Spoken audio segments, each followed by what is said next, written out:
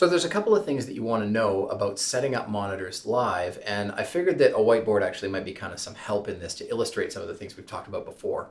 Let's take a look at a mic relative to what it picks up. We talked about this polar pattern. What does that mean? If I hold the mic up to the board here, I can actually kind of draw, in very unscientific terms, this area around the front of the mic that it picks up. A couple little sort of bubbles happen. There's some technical stuff around the back there, and then there's these areas out the side here that really don't pick up much of anything at all. So if I were to sing into the mic like this, you wouldn't hear anything. When it comes to where to place your mic, obviously when we talked about you don't want the output going back into the input, it means you don't want a speaker kind of anywhere in here.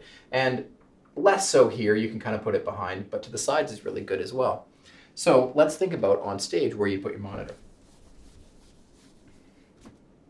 If this is me, with my happy face that I can't draw, singing on stage, and this is my mic here, so the crowd is out here, the millions of people are out in the audience, and I've got a couple of speakers and they're facing out to the crowd. Where do I put my monitors relative to this microphone here? Some people say, I'm just going to put one monitor right behind the mic, but actually that's not as optimal in terms of rejection as putting them off slightly to the sides. So even if you just have one, sticking it out to the side a little bit like this actually works better. Ideally, if you have two, even if they're not in stereo, having them like that coming into the bottom and the back of your mic, so coming up like this into the mic actually rejects really, really well. And you'll find that that gives you the most amount of volume you can get before getting feedback.